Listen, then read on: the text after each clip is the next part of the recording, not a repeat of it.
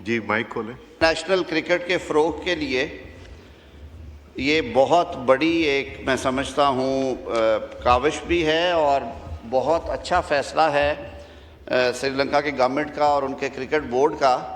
آج senate of Pakistan نے اس پہ ایک مختصر سی ریزولوشن بھی پاس کی ہے، تو میری یہ عرض ہوگی کہ اگر ہم ایک پیراگراف کی کر لیں کہ اس میں جو باتیں آپ نے ایگزیکٹلی کہی ہیں وہی اس کا متن ہو، تو ہمیں وہ ریزولوشن بھی پاس کرنی چاہیے۔ سر، سری لنکا ہمارے ان دوستوں میں سے ہے جس نے کرکٹ کے حوالے سے سب سے زیادہ قیمت چکائی، اور جو حملہ ہوا تھا سری لنکا کی کرکٹ ٹیم پہ لاہور میں، اس حملے میں جو ضیاع ہوئے اور جو تکلیفیں اٹھائی گئیں، اس کے باوجود وہ دوبارہ پاکستان میں کھیلنے کے لیے آئے، اور ابھی بھی سر اب کے بار بھی جس طرح کے حالات پیدا کیے گئے اور فتنۃ الخوارج نے پاکستان کے دارالخلافہ کو ٹارگٹ بنایا، اور جو اسلام آباد ڈسٹرکٹ کورٹس ہے اس کی انٹرنس پہ، مجھے جناب اسپیکر یہ بھی کہنے دیجئے کہ ہماری جو اسلام آباد پولیس کے جوان تھے جنہوں نے اپنی جانوں کا نذرانہ پیش کیا، اور وہاں جو اہلکار متعین تھے دروازے پہ، سر انہوں نے روکا اس خودکش حملہ آور کو کہ وہ کچہری کے پریمیسز میں داخل نہ ہو، اور اس رکنے کی وجہ سے شاید کتنی ہی جانوں کی جو ہے میں سمجھتا ہوں حفاظت ہو گئی۔ ادروائز یہی دھماکہ اگر کچہری پریمیسز کے اندر ہوتا تو اور زیادہ تکلیف دہ صورتحال ہوتی۔ سر، میرے ایک انتہائی قریبی بھائی ہیں اسلم گھومن صاحب، ایڈوکیٹ سپریم کورٹ ہیں، ان کا جوان سال بیٹا، جنہیں سر پچھلے ہفتے ہی 10 دن پہلے سپریم کورٹ میں پریکٹس کا لائسنس ملا۔ سر، کسی وکیل کے لیے یہ بہت بڑی معراج ہوتی ہے۔ 2.25 لاکھ وکلاء ہیں پاکستان میں، سر ان میں سے صرف 5,000 کے پاس سپریم کورٹ پریکٹس کا لائسنس ہے۔ سر وہ اپنی اس انرولمنٹ کی خوشی میں گئے، اور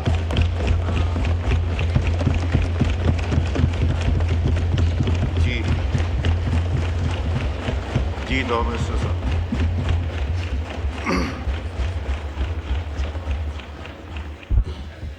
جناب اسپیکر، وہ جو خوشیاں تھیں سر وہ کرب اور تکلیف میں بدل گئی۔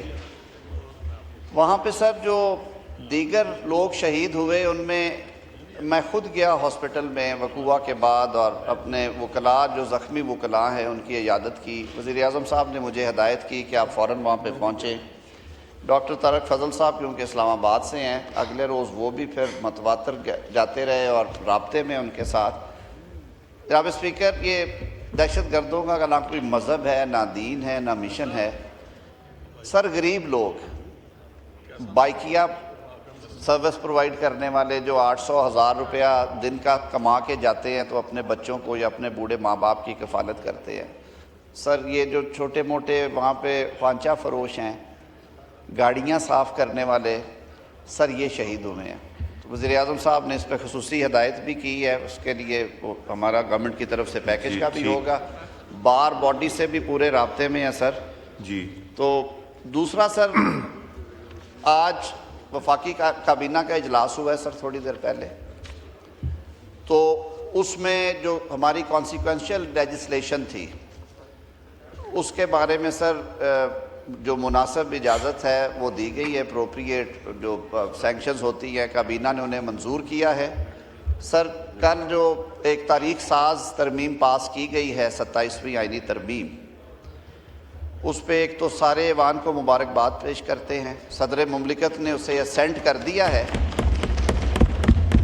اور اب وہ آئین کا حصہ ہے، اور وزیر اعظم پاکستان کو، قائد میاں محمد نواز شریف صاحب کو، صدر آصف علی زرداری صاحب کو، چیئرمین پیپلز پارٹی جناب بلاول بھٹو زرداری صاحب کو، ہمارے اتحادی متحدہ قومی موومنٹ کے خالد مقبول صدیقی صاحب کو، چودھری صالح حسین صاحب کو، خالد مقصی صاحب کو، اعجاز الحق صاحب کو، ایمن ولی صاحب کو، سب کو مبارک دی وزیر اعظم صاحب نے، علیم خان صاحب کو۔ اور سر یہ وہ وعدہ پورا ہوا ہے، آئینی عدالت قائم ہو گئی ہے۔